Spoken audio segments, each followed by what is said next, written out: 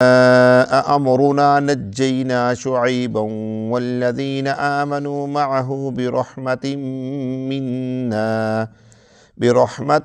منا وأخذت الذين ظلموا الصيحة فأصبحوا في ديارهم جاثمين كأن لم يغنوا فيها ألا بعدا لمدين كما بعدت ثمود۔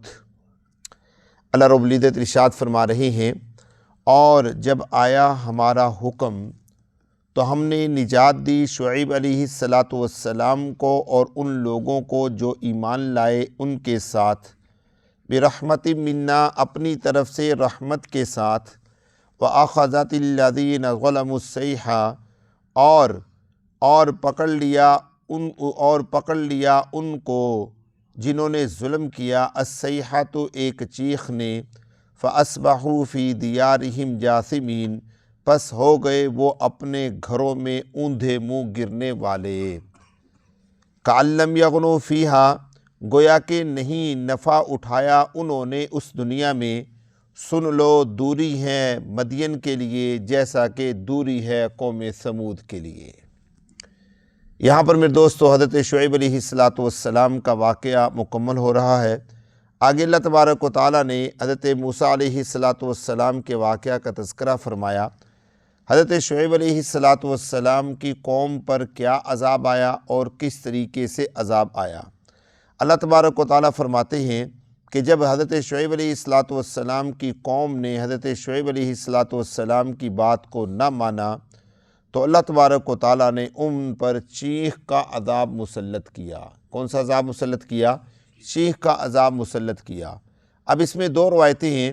ایک روایت تو یہ ہے کہ حضرت جبرائیل علیہ السلام ان کی بستی میں آئے اور ان کی بستی کے کنارے پر کھڑے ہو کر چیخ ماری، جس کی وجہ سے ان کے کلیجے پھٹ گئے اور وہاں پر کیا ہو گئے؟ اوندے منہ گر گئے اور مر گئے۔ اللہ رب العزت نے فرمایا فَأَصْبَحُوا فِي دِيَارِهِمْ جَاثِمِينَ پس ہو گئے وہ اپنے گھروں میں جاثمین اوندے منہ گرنے والے۔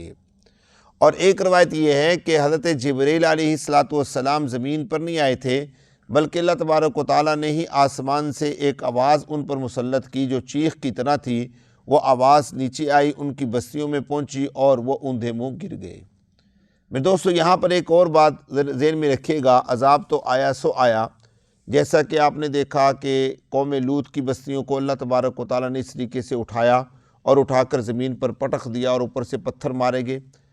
اب یقینی بات ہے کہ اس زمانے میں صرف حضرت لوط علیہ السلام کی بستیاں تو نہیں تھیں، اور بھی دنیا میں لوگ آباد تھے۔ حضرت ابراہیم علیہ السلام کے علاقے میں بھی لوگ مسلمان تھے، اور حضرت اسماعیل علیہ السلام کو بھی حضرت ابراہیم اس زمانے میں مکہ المکرمہ میں چھوڑ چکے تھے، وہاں بھی لوگ آباد تھے۔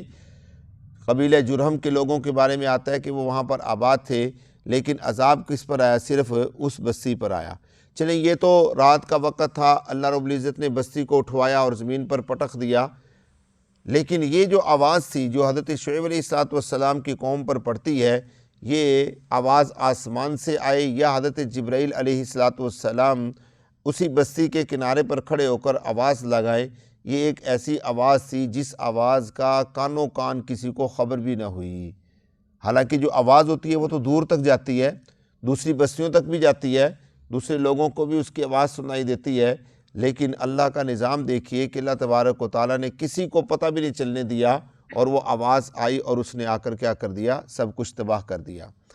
اور یہی آواز ہوگی میرے دوستو جو قیامت والے دن برپا ہوگی، آسمان سے جو سور پھونکا جائے گا وہ بھی ایک آواز کی طرح ہی ہوگا، بس فرق صرف اتنا ہوگا کہ یہ آواز جیسے ڈراؤنی تھی، چنگھاڑنے کی آواز تھی، جیسے تیز آواز آئے نا اچانک بندہ ڈر جاتا ہے، ایک دم سے کہیں آواز آئے تو بندہ ڈر جاتا ہے، یہ تو یہ آواز تھی، لیکن جو قیامت کی آواز ہوگی وہ سریلی آواز ہوگی۔ حدیث پاک میں آتا ہے، اللہ کے پیارے پیغمبر فرماتے ہیں لوگ اس آواز کو سن کر اس کی طرف متوجہ ہوں گے، اور وہ دلوں میں ایک سرور پیدا کرے گی، جیسے وہ موسیقی نہیں ہوتی، ساؤنگ ہوتا ہے کوئی آہستہ آہستہ آہستہ آہستہ آہستہ بج رہا ہوتا ہے، اس طریقے سے یہ آواز انسانوں کے کانوں کے اندر سے جا کر دماغ کے اندر رس گھولے گی، اور پھر آہستہ آہستہ آہستہ آہستہ دل تک پہنچے گی، اور جگر پھٹ جائیں گے اور لوگ کیا ہو جائیں گے؟ سب کے سب مر جائیں گے۔ اللہ رب العزت نے حضرت شعیب علیہ السلام کے واقعہ میں جو آخری جملہ ارشاد فرمایا وہ یہ ہے کَأَن لَّمْ يَغْنَوْا فِيهَا۔ یہ میرے دوستو بڑا جملہ کام کا ہے، ذرا غور کیجئے گا، یہ کوئی عام جملہ نہیں ہے۔ دیکھیں ذرا پیچھے کہیں بھی یہ جملہ آپ کو ذکر نہیں آئے گا۔ یہاں پر اللہ تبارک تعالیٰ کیا فرما رہے ہیں کَأَن لَّمْ يَغْنَوْا فِيهَا، کَأَن لَّمْ يَغْنَوْا فِيهَا، گویا کہ نہیں نفع اٹھایا انہوں نے فیہا، کس میں؟ دنیا میں۔ اتنی فراوانی ہو کر بھی، اتنا مال ہو کر بھی، اتنی تجارت ہو کر بھی، اتنا لین دین ہو کر بھی، اتنی کھیتیاں ہو کر بھی، ہر چیز سرسبز و شاداب ہے، کھیت آباد ہیں، پھل آ رہے ہیں، غلہ اور اناج ہو رہا ہے۔ اللہ تبارک و تعالیٰ فرماتے ہیں کہ اتنا کچھ ہو کر بھی انہوں نے نفع نہیں اٹھایا۔ وجہ؟ کیونکہ دنیا نفع اٹھانے کی جگہ ہے ہی نہیں ہے۔ ہم اگرچہ دنیا کے لیے لڑ رہے ہیں نا، جھگڑا کر رہے ہیں، دنیا کے لیے مر رہے ہیں، پٹ رہے ہیں، لیکن دنیا یہ نفع اٹھانے کی چیز نہیں ہے۔ نفع اٹھانے کی جگہ ہے آخرت۔ ہمیں جو دنیا کو کیا کہتے ہیں اس کو نفع اٹھانے کے لیے بھیجا گیا ہے، اللہ کے پیارے پیغمبر نبی محترم صلی اللہ علیہ وسلم ارشاد فرماتے ہیں ان الدنیا خلقت لکم وانکم خلقتم للآخرہ، کہ اللہ تبارک و تعالیٰ نے دنیا کو تمہارے لیے پیدا کیا ہے، دنیا کو تمہارے لیے پیدا کیا ہے، تم کو دنیا کے لیے پیدا نہیں کیا، بلکہ تمہیں اللہ تبارک و تعالیٰ نے کس کے لیے پیدا کیا ہے؟ آخرت کے لیے پیدا کیا ہے۔ تم آخرت کی تیاری کرو، دنیا خود بخود تمہارے پیچھے آئے گی۔ دنیا کے لیے بھاگنا نہیں پڑے گا میرے دوستو، دنیا کے لیے دوڑنا نہیں پڑے گا، دنیا تو خود بخود انسان کو ملتی ہے۔ اور دوسری حدیث پاک میں آتا ہے، نبی محترم صلی اللہ علیہ وسلم ارشاد فرمایا کہ دنیا آخرت کی کھیتی ہے۔ دنیا آخرت کی کیا ہے؟ کھیتی ہے۔ آپ نے دیکھا ہوگا یہ جو چاول کی فصل کاشت کرتے ہیں نا، یہ چاول کی فصل اس طرح کوئی نہیں کاشت کرتے جس طریقے سے گندم کاشت کرتے ہیں۔ پتہ ہے آپ حضرات کو چاول کی جو فصل ہے اس طرح کوئی نہیں کاشت ہوتی جیسے گندم یا دوسری چیزیں کاشت ہوتی ہیں، بلکہ پہلے اس کی پنیری لگتی ہے ایک جگہ پہ، پھر اس پنیری کو اکھیڑ کے ایک ایک تنکا جو ہے وہ زمین کے اندر کیا کیا جاتا ہے؟ لگایا جاتا ہے۔ وہ جو کھیتی پنیری ہوتی ہے وہ کھیتی ہوتی ہے چاول کی کاشت کے لیے۔ اللہ تبارک و تعالیٰ، اللہ کے پیارے پیغمبر یہی بات سمجھا رہی ہیں کہ یہ جو پنیری ہے دنیا، یہ آخرت کے لیے کھیتی ہے۔ تم اس دنیا میں پنیری لگانے کے لیے آئے ہو، اس کے جو پھل اور پھول اور درخت ہیں وہ کہاں پر لگ رہے ہیں؟ جنت کے اندر لگ رہے ہیں، آخرت کے اندر لگ رہے ہیں۔ بات سمجھے؟ میں رات ایک حدیث مبارکہ پڑھ رہا تھا، بڑی پیاری، اللہ کے پیارے پیغمبر نبی محترم صلی اللہ علیہ وسلم ارشاد فرماتے ہیں کہ جب کوئی بندہ قرآن پاک مکمل کرتا ہے نا، ناظرہ پڑھنے والا ہو یا حفظ پڑھنے والا ہو، کوئی بھی ہو، آپ نے قرآن پاک پڑھ لیا، الف لام میم سے شروع کیا، والناس پہ مکمل کر لیا، نبی محترم صلی اللہ علیہ وسلم ارشاد فرماتے ہیں کہ اس قرآن پاک کے مکمل کرنے کے موقع پر اللہ اس بندے کو 3 انعام عطا فرماتے ہیں۔ کتنے انعام عطا فرماتے ہیں؟ 3 انعام عطا فرماتے ہیں۔ نمبر 1، جس مجلس میں اس نے قرآن پاک مکمل کیا، اس مجلس میں بیٹھ کر وہ جو اللہ سے دعا مانگے گا اللہ اس کی قبول فرمائیں گے۔ اس مجلس میں بیٹھ کر اللہ سے وہ جو دعا مانگے گا اللہ اس کی دعا کو کیا کریں گے؟ قبول فرمائیں گے، اس کو رد نہیں فرمائیں گے۔ دوسرا، اللہ تبارک و تعالیٰ اس کے لیے جنت میں اتنا بڑا محل بنا دیں گے، اتنا بڑا محل بنا دیں گے کہ ایک کوے کے بارے میں آتا ہے کہ وہ 250 سال اس کی عمر ہوتی ہے، اگر وہ کوا اس محل کے اوپر اڑتا رہے گا اور اڑتے اڑتے اڑتے وہ گر کر مر جائے گا، اس محل کی دیواریں ختم نہیں ہوں گی۔ اتنا بڑا اللہ تبارک و تعالیٰ اس کے لیے۔ اور تیسرا انعام بھی اللہ کے پیارے پیغمبر نے بیان فرمایا جو میرے ذہن سے نکل گیا، تو یہ دنیا میں دوستو اس کے لیے ہے۔ اور اس کے بعد کیا فرمایا؟ الا بعدا لمدین کما بعد الثمود، سن لو دوری ہے قوم مدین کے لیے۔ یہ جو بعد کا لفظ ہے نا، یہ بعد کا لفظ کئی معنی کے لیے استعمال ہوتا ہے، دوری کے لیے بھی استعمال ہوتا ہے، لعنت کے لیے بھی استعمال ہوتا ہے، اور دھکوں کے لیے بھی استعمال ہوتا ہے۔ جس طرح کسی کو کہہ دیتے ہیں اس کو دھکے دے کر دھتکار کر نکال دو، تو یہ تینوں معنی کے لیے استعمال ہوتا ہے۔ دوری کے لیے بھی اس کو دور کر دو، نمبر 2 اس کو دھکے دے دو، اور نمبر 3 کیا کر دو؟ اس کے اوپر لعنت کر دو۔ اگر اس کا ترجمہ یہ کیا جائے کہ سن لو لعنت ہے قوم مدین کے لیے جیسا کہ لعنت ہے قوم ثمود کے لیے۔ میں دوستو آخر میں یہ بات ہم انشاءاللہ درس یہیں پر مکمل کریں گے۔ ایک حدیث سنا کے آپ کو اپنی بات ختم کرتا ہوں۔ حدیث پاک میں آتا ہے، نبی محترم صلی اللہ علیہ وسلم ارشاد فرماتے ہیں کہ کل قیامت میں، یہ ویسے اس درس سے متعلقہ نہیں ہے، حضرت شعیب علیہ السلام سے متعلقہ ضرور ہے، یہ بات ذہن میں رکھیے گا کہ کل قیامت میں جب لوگ اللہ تبارک و تعالیٰ کی بارگاہ میں کھڑے ہوں گے تو اللہ تبارک و تعالیٰ جنت میں جانے والے لوگ ہوں گے انہیں مختلف حصوں میں تقسیم کریں گے، نمازیں پڑھنے والے، روزے رکھنے والے، آپ حضرات سنتے رہتے ہیں حدیثوں میں آتا ہے زکوٰۃ دینے والے فلاں دروازے سے، یہ کرنے والے فلاں دروازے سے۔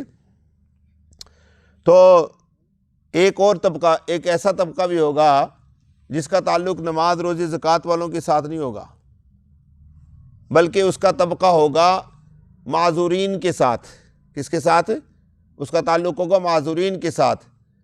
دنیا میں جو لوگ اندھے تھے، اللہ تبارک و تعالیٰ ان تمام لوگوں سے کہیں گے کہ تم سب لوگ حضرت شعیب علیہ السلام کے پاس جمع ہو جاؤ، تم لوگ حضرت شعیب علیہ السلام کے پاس کیا ہو جاؤ؟ جمع ہو جائے۔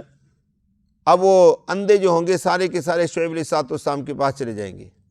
اللہ تبارک و تعالیٰ شعیب علیہ السلام کو ایک سفید رنگ کا جھنڈا عطا فرمائیں گے اور فرمائیں گے اے شعیب، چونکہ دنیا میں تو نے بھی صبر کیا اور ان لوگوں نے بھی دنیا میں صبر کیا، بینائی نہ ہونے کی وجہ سے، اب آپ ان کو اپنے ساتھ لے کر جنت میں داخل ہو جاؤ۔ بات سمجھا رہی ہے؟ پھر اسی طریقے سے ایک اور طبقہ ہوگا جو بیمار ہوں گے، جن کے جسم کے اوپر خارش ہوگی، الرجی ہوگی، اللہ تبارک و تعالیٰ ان سے کہیں گے کہ تم کھڑے ہو جاؤ، وہ کھڑے ہوں گے۔ اب وہ جب کھڑے ہوں گے تو اللہ رب العزت حضرت ایوب علیہ السلام کو بلائیں گے اور انہیں ایک سفید جھنڈا عطا فرمائیں گے اور ان سے فرمائیں گے کہ اب ان لوگوں کو لے کر تم جنت میں داخل ہو جاؤ۔ یہاں پر ایک بات اور عرض کر دوں میرے دوستو، آپ حضرات کے لیے، میں نے پہلے بھی کئی مرتبہ آپ سے کہا کہ نیت کر لیں ہم نے کیا بننا ہے؟ عالم بننا ہے، ہم نے حافظ بننا ہے۔ نیت کرنے میں تو کوئی گناہ نہیں ہے نا، کیوں جی؟ اللہ کے پیارے پیغمبر فرماتے ہیں جو آدمی حافظ بننے کی نیت کر لیتا ہے اور کوشش شروع کر دیتا ہے، عالم بننے کی نیت کرتا ہے اور کوشش شروع کر دیتا ہے، اللہ قیامت میں اس کو کہاں پر کھڑا کریں گے؟ علماء کی صف میں کھڑا کریں گے، اور کسی کو بھی نہیں پتا ہوگا کہ یہ عام آدمی ہے، بلکہ وہ عالم ہی شمار کیا جائے گا۔